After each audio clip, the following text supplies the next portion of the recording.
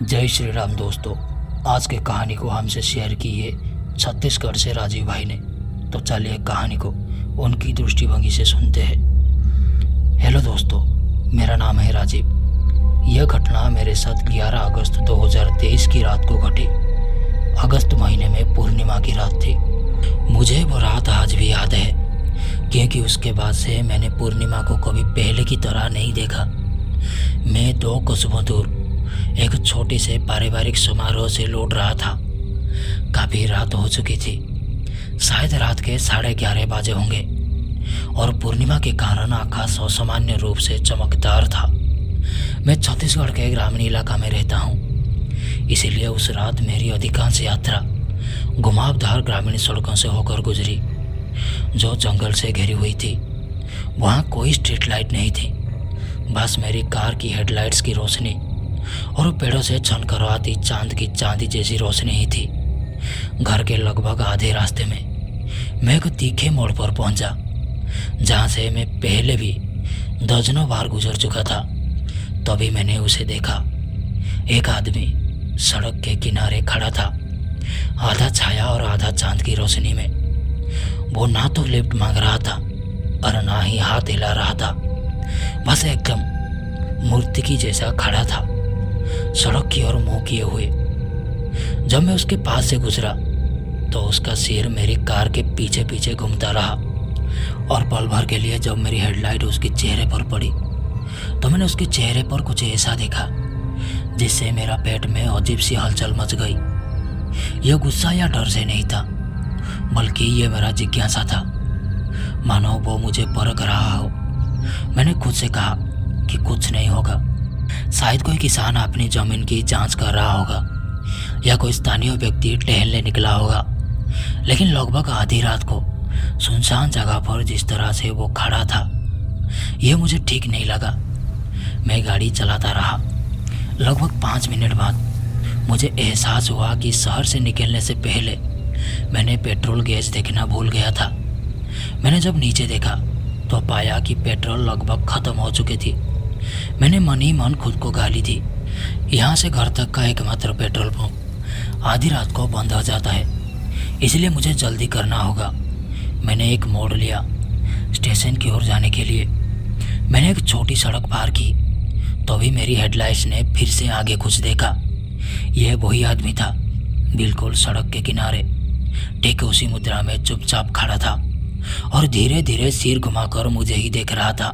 इलाका इतना शांत था कि दूर पेड़ पर चिरचिर करते हुए चिड़िया की आवाज़ मुझे साफ तौर पर सुनाई दे रहा था।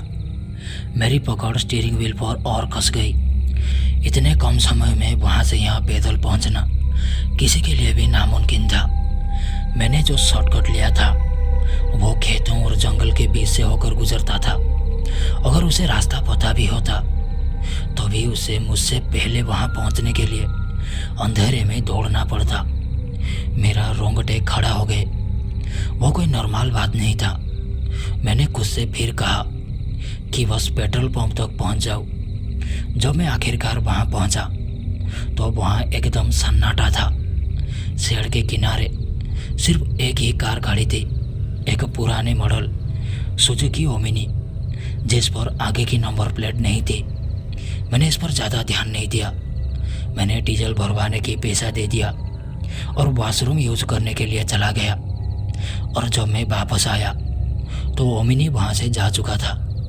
मैंने अपनी टंकी जल्दी से भरवाई और अपने अंदर पनप रही बेचैनी को दूर करने की कोशिश की। तभी मैंने उसे सड़क के दूसरी तरफ स्ट्रीट लाइट के नीचे देखा। वही आदमी वहाँ खड़ा था। इस बार मैं उसे और अच्छे से देख सका।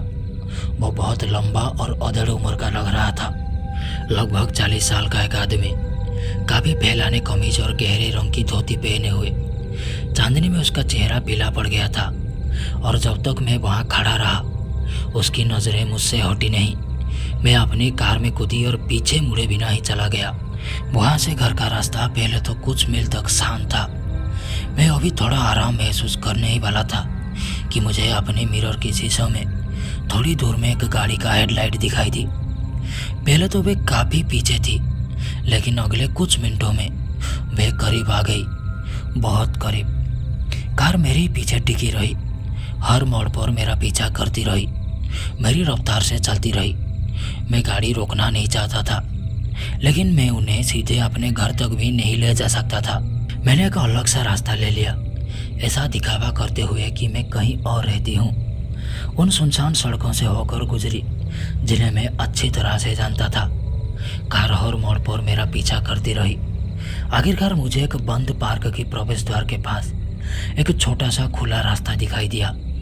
मैं तेजी से वहां से गुजरी, फिर एक मोड़ के बाद अपनी लाइटें बंद कर दी और जल्दी से अंदर घुस गई, यह उम्मीद करते हुए कि वो कार आगे चले जाएगी।